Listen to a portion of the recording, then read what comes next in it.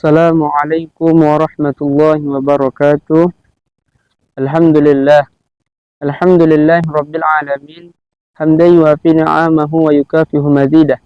Ya Rabbana lakal hamdu kama yanbaghi li jalali wajhikal karim azimi sultanik. Allahumma salli ala sayyidina Muhammad wa ala ali sayyidina Muhammad. Yang pertama, yang paling utama, marilah kita panjatkan puja dan puji syukur kita terhadap Allah Subhanahu wa taala, yang mana Allah telah memberikan kita begitu banyak nikmat, beribu-ribu nikmat, berjuta-juta nikmat, yang mana nikmat tersebut tak dapat kita hitung. Salah satunya adalah nikmat iman dan Islam. Dengan iman dan Islam, insyaallah kita dapat masuk di dalam surganya Allah Subhanahu wa taala. Yang kedua, salawat dan salam marilah kita hebahkan kepada junjungan alam, yang mana beliau putranya Abdullah, buah hatinya Aminah, intannya kota Mekah, mutiaranya kota Madinah, yang mana beliau rela berhujankan anak panah berselimut pedang yang tajam demi tegaknya kalimat tauhid la ilaha illallah Muhammadur Rasulullah. Di sini saya ingin menyampaikan dengan tema Ramadan. Apa itu Ramadan? Ramadan adalah bulan yang sangat mulia. Di dalam kitab Risalah Ramadan, Ramadan asal katanya adalah Ramda. Ramda artinya adalah panas. Maka panas tersebut dimaknakan membakar dosa-dosa kita. Bahkan dikatakan di dalam kitab An-Nafatul Ramadaniyah, awalnya Ramadan adalah rahmat, dan pertengahan Ramadan adalah maghfirah, dan akhir Ramadan adalah ampunan.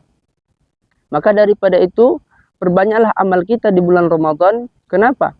Karena Allah melipat gandakan amal-amal di bulan Ramadan, melipat gandakan pahala-pahala di bulan Ramadan sehingga tak terhitung pahalanya. Bahkan Rasulullah Shallallahu Alaihi Wasallam waktu di bulan Ramadan, beliau 10 akhir Ramadan enggak pulang ke rumah karena beriktikaf di masjid, dan beliau tadarus, dan yang menyimpannya adalah malaikat Jibril. Walaupun di bulan Ramadan pahalanya dilipat gandakan oleh Allah, namun ada beberapa golongan yang dosanya tak diampuni oleh Allah Subhanahu wa taala.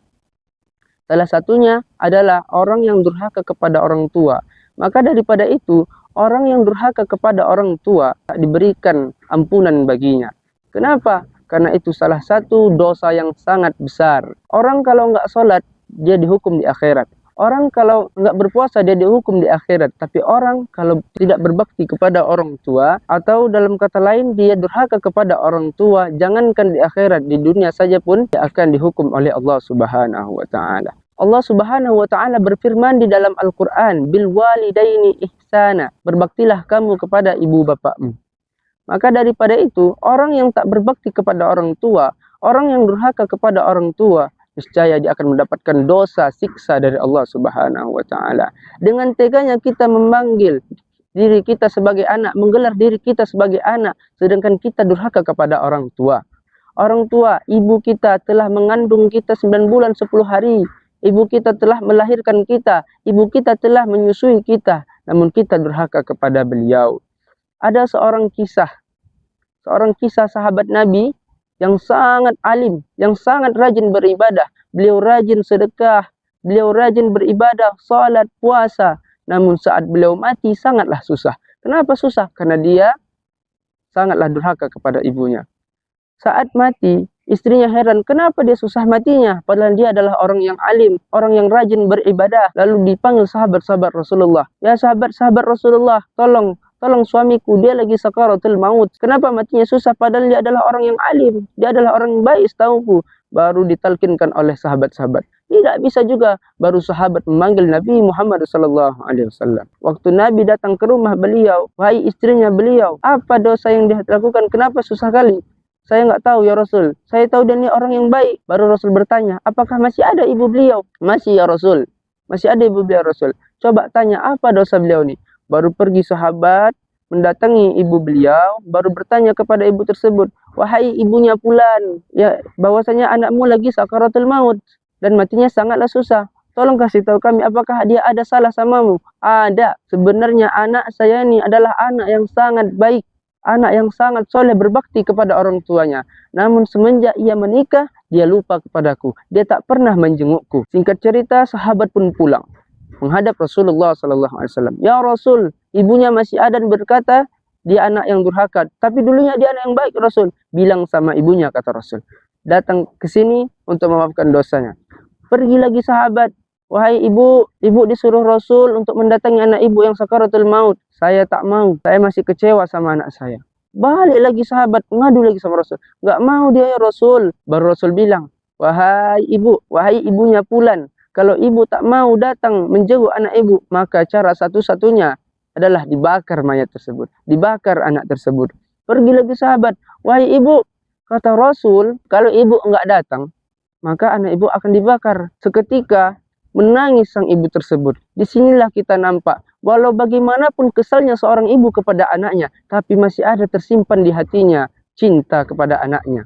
Karena mendengar ingin dibakar, langsung lari-lari ibu tersebut mendatangi anaknya.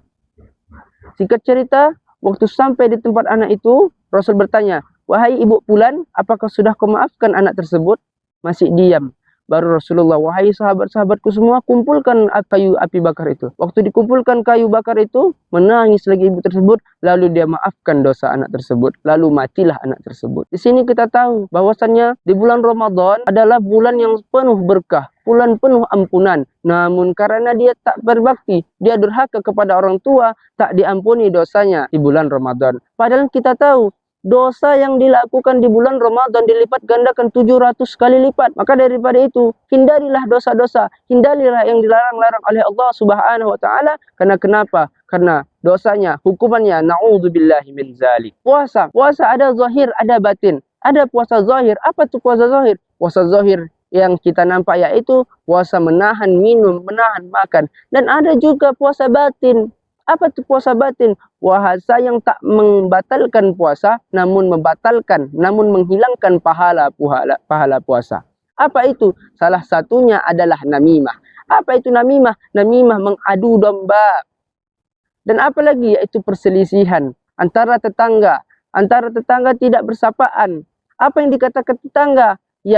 Al-jarru man jawarat daruhu daraka ila arba'ina. Tetangga adalah 40 dari depanmu, 40 dari belakangmu, kiri dan kanan 40 juga, itulah yang dikatakan tetangga.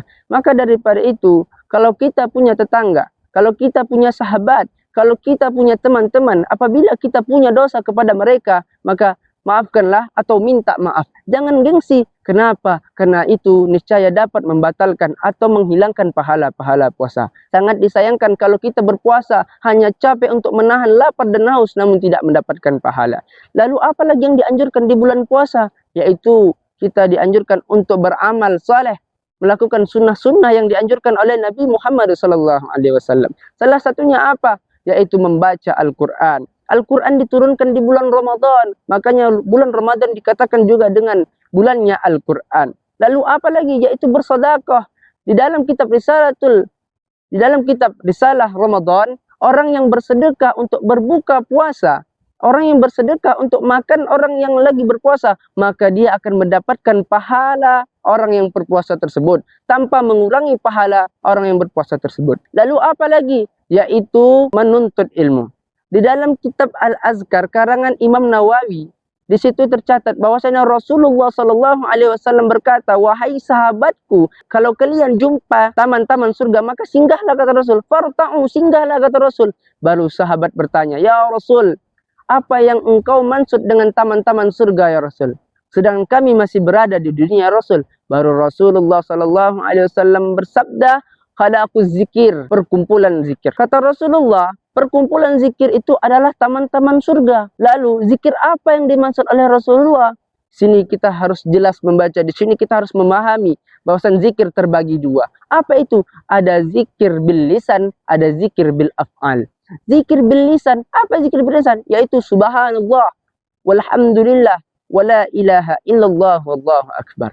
Ada zikir bil af'al, yaitu zikir perbuatan. Apa itu zikir perbuatan? Yaitu zikir dengan perbuatan tangan, mulut, membantu seseorang, bersedekah kepada seorang, itu zikir. Bahkan termasuk menuntut ilmu ini adalah zikir. Rasulullah pun bersabda, talabul ilmi faridatun ala kulli muslimin wal musliman. Setiap orang, muslim laki-laki ataupun muslim perempuan, itu diwajibkan untuk menuntut ilmu. Biak kecil, biak muda, biak tua, diwajibkan menuntut ilmu. Maka apabila kita yang enggak menuntut ilmu, yang sengaja, padahal kita punya waktu, padahal kita punya kesempatan, namun kita tak menuntut ilmu, maka kita mendapatkan dosa dari Allah. Apalagi kita menuntut ilmu di bulan Ramadan, pasti dilipat gandakan oleh Allah Subhanahu wa taala. Pasti dilipat gandakan pahalanya oleh Allah Subhanahu wa taala. Maka daripada itu, tuntutlah ilmu. Apa itu ilmu yang wajib?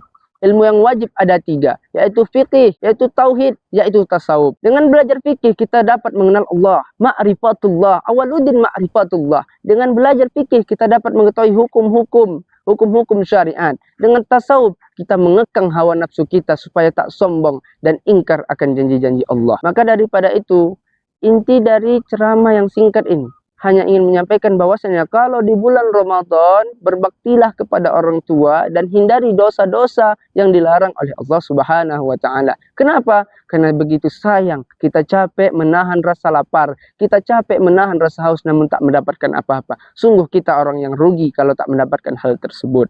Maka daripada itu mungkin inilah yang dapat saya sampaikan. Unzur man qala wala tanzur man qala. Lihatlah yang disampaikan, jangan lihat yang menyampaikan. Kenapa? Karena yang menyampaikan bukan siapa-siapa. Yang menyampaikan hanya orang yang banyak dosa namun ditutupi aibnya oleh Allah Subhanahu wa taala. Mungkin ini yang dapat saya sampaikan, lebih dan kurang saya mohon maaf, ampun kepada Allah. Wabillahi taufiq wal hidayah. Assalamualaikum warahmatullahi wabarakatuh.